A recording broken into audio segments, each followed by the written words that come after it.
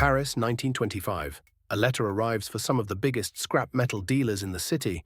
It looks official. The language is formal. The meeting place is not a back alley, but the Hôtel de Crillon, one of the grandest hotels in Paris. The letter says there is a confidential government matter to discuss. When the dealers arrive, a polished official explains the problem. The Eiffel Tower is expensive to maintain. The public would be furious if they knew what was being considered. So the government, he says, has decided to handle it quietly. The tower will be sold for scrap. The dealers are not being asked to buy a souvenir. They are being asked to bid on thousands of tons of iron. There is only one problem. The official is not an official. The meeting is not government business. And the man in the room does not own a single bolt of the Eiffel Tower. But someone is still going to pay him. And then, according to the most famous version of the story, he is going to try it again. How do you sell one of the most visible landmarks on Earth when you do not own it? The answer is not just confidence. It is timing. It is research. And it is finding a lie that already has a little truth hiding inside it. Today, the Eiffel Tower feels permanent. It is Paris in a single shape, a postcard, a skyline, a promise that you are looking at France before anyone has to say the word. But the tower did not begin as a sacred monument. It was built for the 1889 Exposition Universelle, the World Exhibition in Paris. The official Eiffel Tower history says the proposed 300-meter tower was tied to that fair, and that work began in 1887. The scale was absurd for the time: 12,000 prefabricated parts, millions of rivets. Metal pieces drilled and fitted in workshops, then sent to the Champ de Mars and assembled by a relatively small crew of workers. It was not just a tower, it was an industrial flex. And industrial flexes do not always age gracefully in public opinion. By the 1920s, the tower was famous, but it was also iron, maintenance, paint, weather, politics, and money. Smithsonian's account says Lustig read about the rusting Eiffel Tower and the cost of repairs.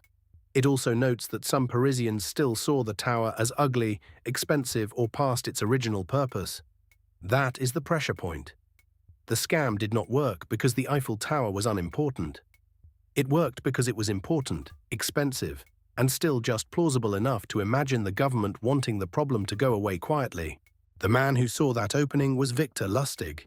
He was not a cartoon criminal. That is what made him dangerous. Smithsonian describes him as a smooth, patient confidence man who moved through identities, accents, names, and fake status with ease. He used aliases. He traveled. He studied people. That word, confidence, matters. A confidence trick is not only about convincing the victim that you are important. It is about convincing the victim that they are important.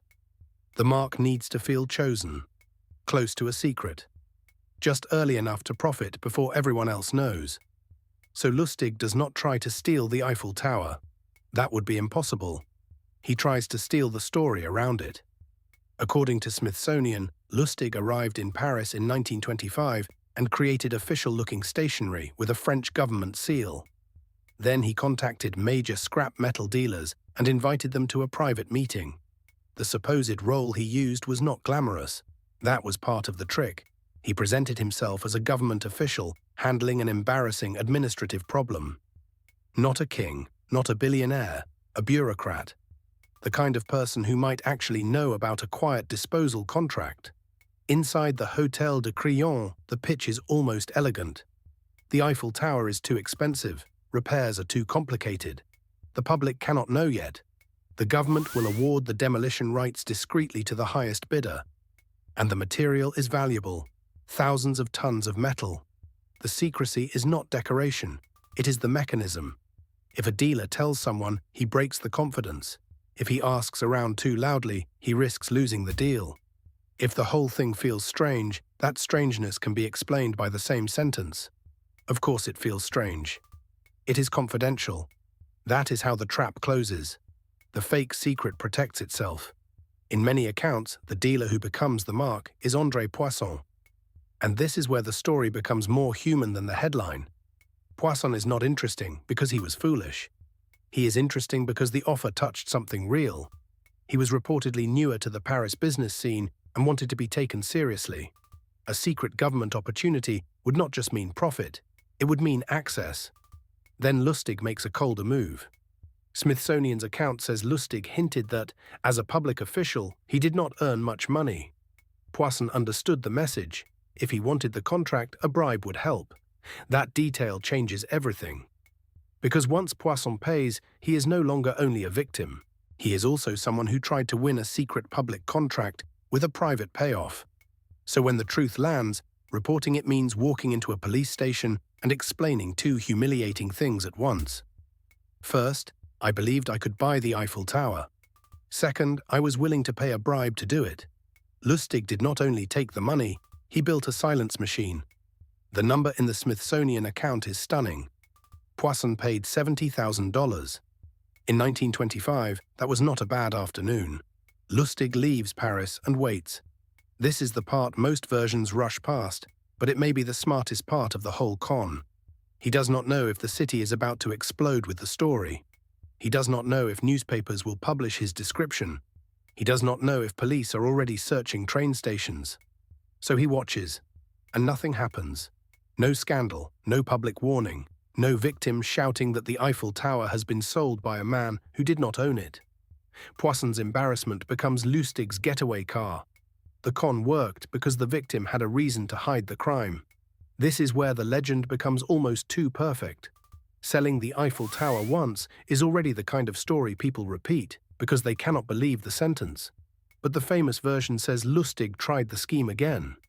Smithsonian says that after the first silence, he returned to Paris to give the Eiffel Tower sale another try, but became suspicious that one of the new dealers had contacted police and fled to the United States. Whether you call it a second sale or a second attempt, the meaning is the same. The first silence taught him the trick had a reusable shape, a real pressure point, a fake authority, a private room, a victim who cannot comfortably complain, but every repeated scam creates a shadow.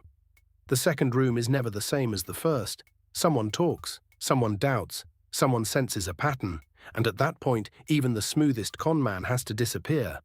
The lazy lesson is that people are gullible. The better lesson is that believable lies attach themselves to real details. The Eiffel Tower really was built for an exposition. It really was made of massive amounts of iron. It really did require maintenance. It really had been controversial, and some people really could imagine officials wanting to avoid a public fight. Lustig did not invent a fantasy from nothing. He opened a false door inside a real room. That is why this story survives. Because if someone tells you, a man sold the Eiffel Tower, it sounds impossible. But if you are in Paris in 1925, sitting in a private hotel room, holding a confidential letter, listening to a government official explain a sensitive problem, the impossible gets quieter. It starts wearing a suit. It starts using the right paperwork. It starts sounding like an opportunity. Victor Lustig did not own the Eiffel Tower. He owned the atmosphere around it, the secrecy, the embarrassment, the old argument about whether the tower belonged in Paris at all. For one brief moment, he made one of the most visible objects in the world disappear behind a closed door. That is the trick. Not selling iron, selling the story around the iron.